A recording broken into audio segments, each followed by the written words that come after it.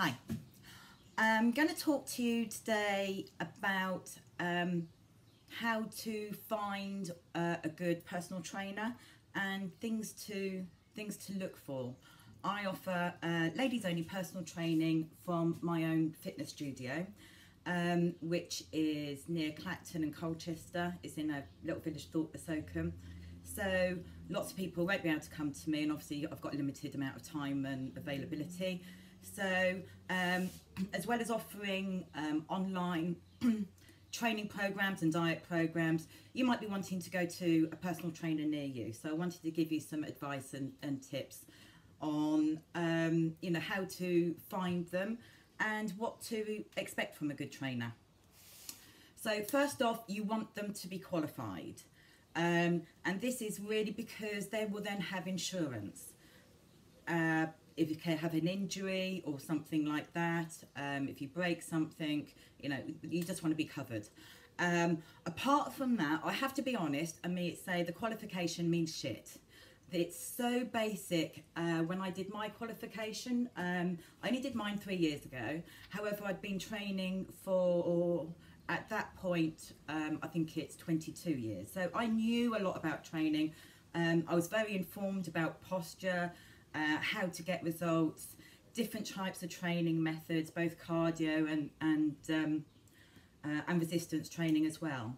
So I actually learnt nothing, apart from they go hugely into the anatomy, physiology, muscle groups, you know, how the blood works, feeding all the muscles and things, you know, right down to a cellular base, which you really don't need. So why they do all that, I have no idea. So don't be impressed that someone's got a qualification. It doesn't mean that they know a lot about training at all. It just means that they're qualified, but you do want that reassurance. Second thing, have a look at their reviews.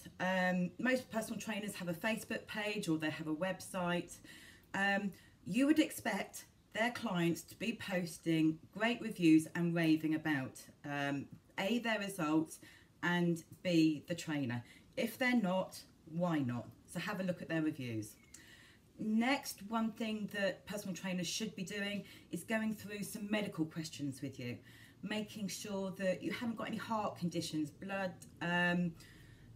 pressure issues, that you don't feel any dizziness at all when you train, that you've never been advised not to train for any specific reason.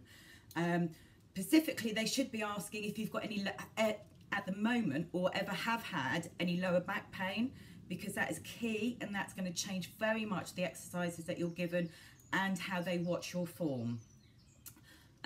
Another thing for mothers when they've had young babies, sometimes during pregnancy you get muscle separation on your abdominals. That means you have to do different types of stomach exercises, doing traditional separate exercises for your stomach, sit-ups and things. When you've had that abdominal separation, is going to make it worse. So you need to ensure that's taken into consideration. Does your trainer give you some free diet tips, some recovery tips on how to help your muscles recover? Do they give you some kind of supplement advice? You know, personal trainers should be geared to wanting you to get results. So that doesn't happen, all of it doesn't happen in the training room. It's going to be down to your diet. It's going to be down to how your muscles recover and things like that. So if they're not sharing anything with you, yeah, I charge for diet plans, which includes supplements and things, but there's lots of things that on a day-to-day basis with my clients, I'll say, well, if you're aching, you know, try this, or you know, I hammer to them every day about increasing their water intake and how they can do that. So, you know, look for that. Your personal trainer should really want the best for you, because apart from anything else, they want you to get results, so they go and tell everyone else. Do they make you do exercises that you don't like? Planks, nobody likes planks. Well, my daughter likes planks, but she's just strange. Burpees. Now, burpees are really intense, and there's only a few ladies that I give them to. If they really hate them, we'll keep them to certain days. Sometimes I call them holiday burpees when they're getting ready for holidays, just to try and take the sting out of them. But there are exercises that everybody hates. You're not going to give an exercise to someone if they're not going to come back. You're not going to push them to the point. You can tell people who can be pushed and who are happy, but you are going to have to do exercises that you're not liking. And what I say to my ladies is the intensity with which you hate an exercise is directly proportionate to how good it is for you. So, they shouldn't be your best friend. There should be times that you go, oh, fucking hell, I really don't want to do that. And they should be going, I know you don't want to. I'll tell you what, we'll do 2 sets instead of 3. But you should be doing it because they are deciding that is the best exercise for you to get the results. Lastly, does your personal trainer inspire and motivate you?